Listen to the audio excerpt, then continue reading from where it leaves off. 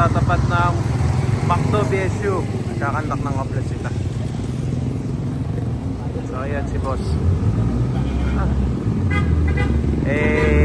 May doubt kami dito sa lisensya niya kasi hindi pantay yung pagkakakat. Ayan, binubuksan niya sa portal. So yun, doon lang namin makikita kung legit talaga yung lisensya niya. Nakuha mo pare? Ayan, Boss Elmer. Patingin nga ng lisensya mo pare. So ayan ito yung lisensya ni kuya. So yun, maling yung cut, pati yung non-professional driver's license niya, maling din. 2020 in issue. Ito ay sasampulan natin yung lisensya ko. Ito, sira. Okay lang yan, pero legit yan. Ayan, ito yung lisensya natin mga kaopa. 2019 naman sa akin to. So ayan tama yung pagkaka-print. Ang layo ng pagitan Yan. So ayan, nakikita nyo 2019 kasi mag-expire siya ngayong Agis. So di na tayo pwede magmaneho, expired na, kaya re-renew na natin to. So alams na mga kaopa, yung mga mag-a-advance ng gift dyan.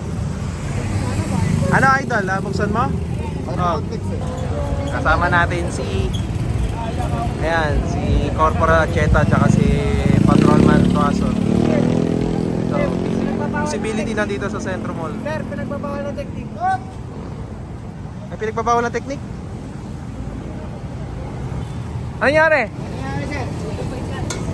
Ay, oo nga. Saan ba kayo? Malapit na. Po kasi ko kumuha ng student sa may giginto Kaya may 07. Opo, tapos po nung nag-transfer po ako, doon po ako kumuha sa...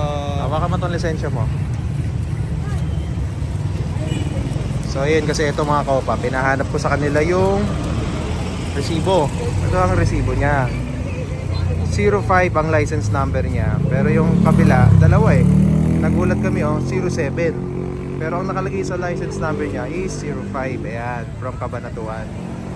Ang 07 kasi, yan, sa Giginto yan. So ayun, hanggang ngayon hindi niya ma-open sa portal. Para hindi man talaga ma-open yan kung hindi talaga sa LTO galing yung lisensya mo. Kasi ito mga kaopa, may na-trace na kami na nagpe-peke rin pala to. So di naman namin sinasabing peke ito. Ang gusto lang namin ma-confirm dito sa portal. Diba? So ayun, sinusubukan pa ni kuya. So ayan, ito mga kaopa, nakita natin ito laman. Kaya nga, check mo nga mabuti. Ba't hindi nagpa-match? Driver's license details do not match. Hindi talaga nababasa ng LTO yan, yung portal niya, kapag di talaga galing doon. Diba? Ano muna natin bago natin husgahan. Ma-clear mo lang sa portal yan, okay na kami. Ang iniiwasan namin di mo naman kagusto mapeke mabuksan sa portal. Ang portal niyan po Pilipinas yan. So ayan mga kaopa, na-verify natin sa tropa nating LTO. So yun, legit naman daw. So salamat sa tropa nating LTO, Boss Cardenas. Maasa ka talaga kahit gabing-gabi na mag-11 na. Natawagan pa rin natin. Okay na? Ayun. Pero na-verify naman ang tropa nating LTO. Okay daw, legit. Ayos. So yun, sinigurado lang natin legit nga. Okay na pare. Thank you Sensya ka na Okay na. Sige. So ayun.